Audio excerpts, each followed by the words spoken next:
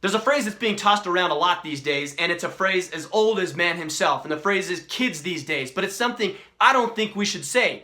What we should be saying is adults these days. It's our responsibility to raise future generations, but we're more worried about being liked.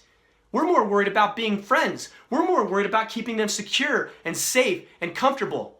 See, we recognize this type of parenting every time we see an adult who crumbles at the slightest sign of adversity. We recognize it every time we see an adult who never had to work hard or overcome any obstacle in their entire life. We recognize it every time we see an adult who gets so offended to the point of non-functionality just because somebody else said something they didn't like or didn't agree with.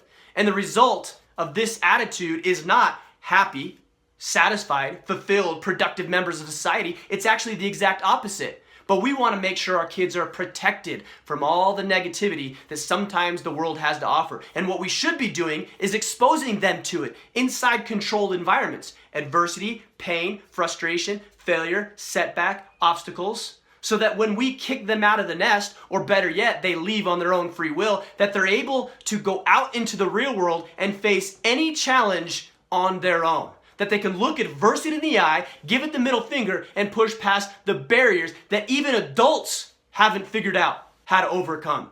That's what I want for my kids, and I assume that's probably what you want for your kids. But it doesn't require me to be solely focused on being liked. It doesn't require me to be solely focused on being friends. It doesn't require me to be solely focused on making sure that they're okay, that they're protected and safe and secure. It requires guidance and structure and discipline and an understanding that there's consequences to the actions and choices that we make on a daily basis.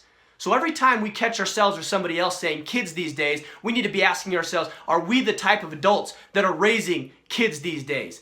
After all, it all starts with us.